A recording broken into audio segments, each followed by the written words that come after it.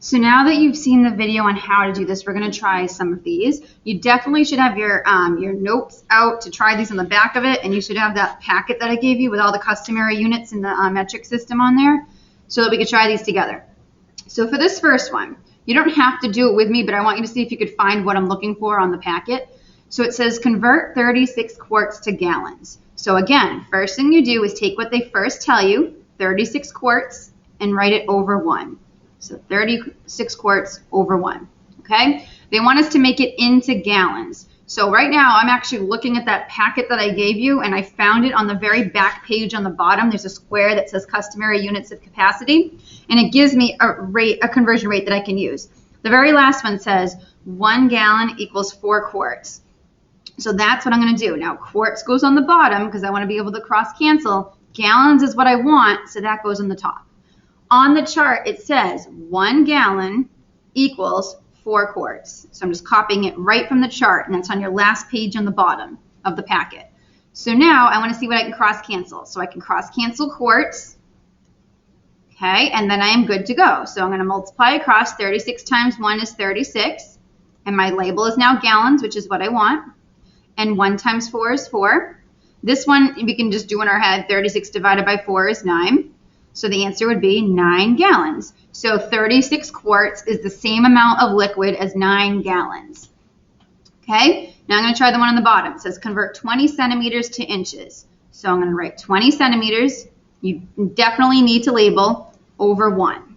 Okay, our goal is to get rid of centimeters and go to inches. So I'm going to put centimeters on the bottom because I want to get rid of it, and inches is what I want, so that's going to go on the top. All right, now I am looking on my packet here.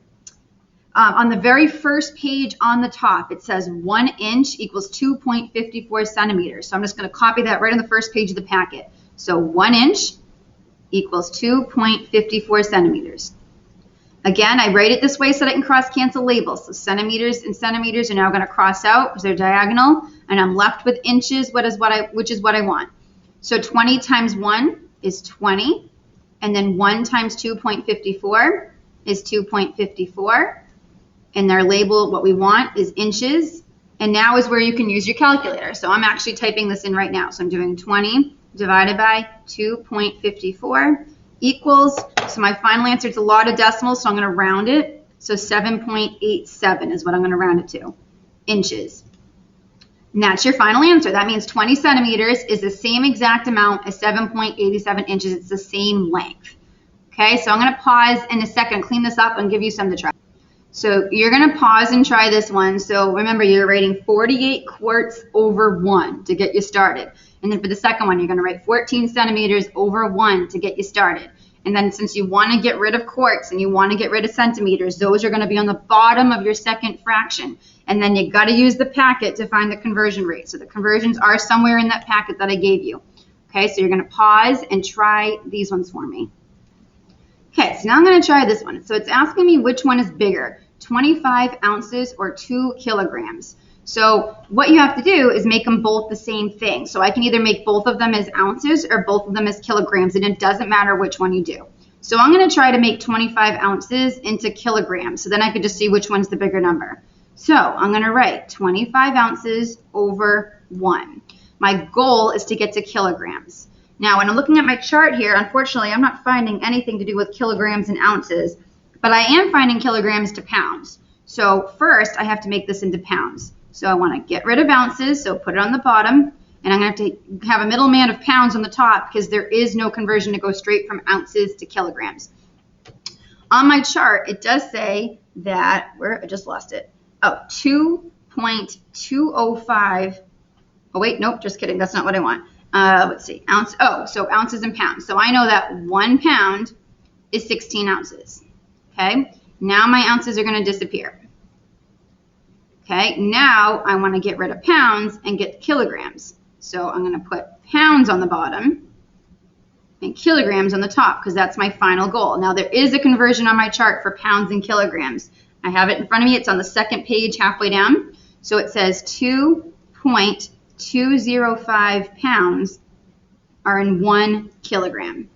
And now I want to cross cancel labels. Pounds and pounds will cancel. And now you know when you're done, when every single label is crossed out except for the one that you want. The one I want is kilograms because I have to make them the same so that I can compare them.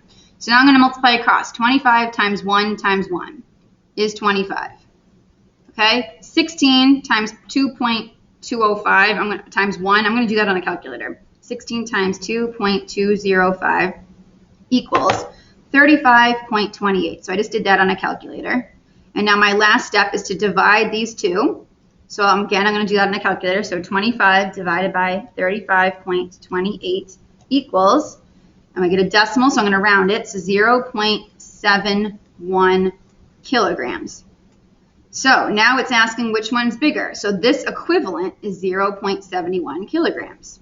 So it's asking what's bigger, 0.71 kilograms or 2 kilograms. So 2 would be bigger, so it would open towards the 2. This one was a tricky one because I had to kind of do like a middleman thing because there was no conversion to go straight from ounces to kilograms. So I had to do pounds and ounces first and then use the last one. I'm going to give you guys one and see if you could try this one. These ones are a little bit harder. So this one's asking you to see which one's bigger, 2 feet or 55 centimeters. So you either can convert feet, 2 feet, into how many centimeters that is, which is probably what I would do, or you could take 55 centimeters and see how many feet that is. You have to use your chart. I would suggest doing the 2 feet. So I would start by doing 2 feet over 1 and then looking on your chart and seeing if there's a feet to centimeters conversion.